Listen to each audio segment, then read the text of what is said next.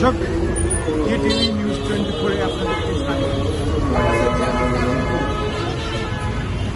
দর্শক, আপনারা দেখতে পাচ্ছেন রাজধানীর ব্যস্ততম মতিঝিল যাত্রাবাড়ি সড়কে সকাল থেকেই কিন্তু একটি অস্বাভাবিক জ্যাম আমরা দেখতে পাচ্ছি, যেখানে কিন্তু গাড়ির সারি রীতিমতো কিলোমিটার পার করে কয়েক কিলোমিটারে রূপ নিয়েছিল।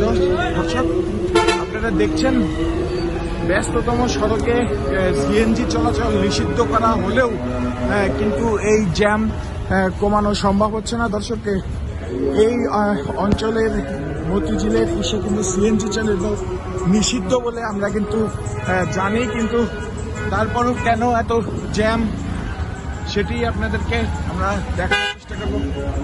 আমার সিএনজি চালানো নিষেধ নাকি? সিএনজি চালানো নিষেধ? সিএনজি চালানো নিষেধ না, মানে সিএনজি জন্য 50,000 টাকা মামলা দেওয়া হয়। আর এত টাকা মামলা দিব কেমনে? এই কারণে আজকে হরতাল অবরোধ রাখছে। হ্যাঁ, অবরোধ রাখছে, এই কারণে আমরা একদিনের লেগে আর কি সিএনজি চালানো বিরত দিচ্ছি। আমাদের দাবি মাইনা নেওয়া হয়েছে। অবরোধ কই? হ্যাঁ, অবরোধ কই করছে? অবরোধ সারা ঢাকা শহরই করছে, কিন্তু আমাকে দাবি মাইনা নিয়েছে। মাইনা নেওয়ার পরে আমরা বেরোচ্ছি।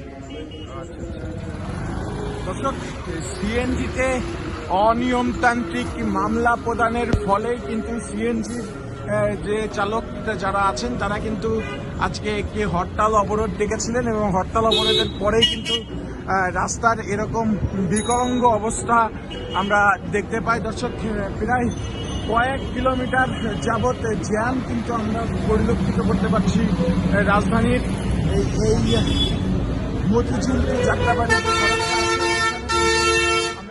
কিলোমিটার জ্যাম পরিলক্ষিত করতে পারছি। দর্শক, এবং আপনাদেরকে দেখানোর চেষ্টা করছি কেটিভি নিউজ 24 এর ক্যামেরায় ঠিক এভাবেই কিন্তু জ্যামের সারিতে জ্যামে আবদ্ধ হয়ে আছেন সাধারণ মানুষ।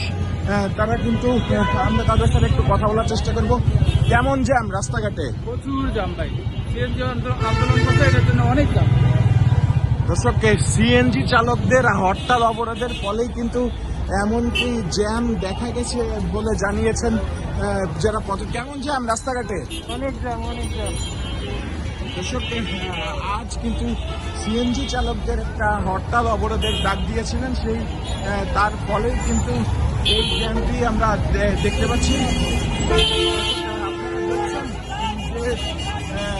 রাজধানীর ব্যস্ততম সড়কগুলোতে এইভাবে যে গাড়ির সারিবদ্ধ গাড়ি সেটি কিন্তু আমরা দেখতে পাচ্ছি, এবং আজকের যানজট পরিস্থিতি আপনাদের সামনে তুলে ধরছিলাম কেটিভি নিউজ 24 ক্যামেরায় হৃদয় মজুমদার, কেটিভি নিউজ 24 ঢাকা।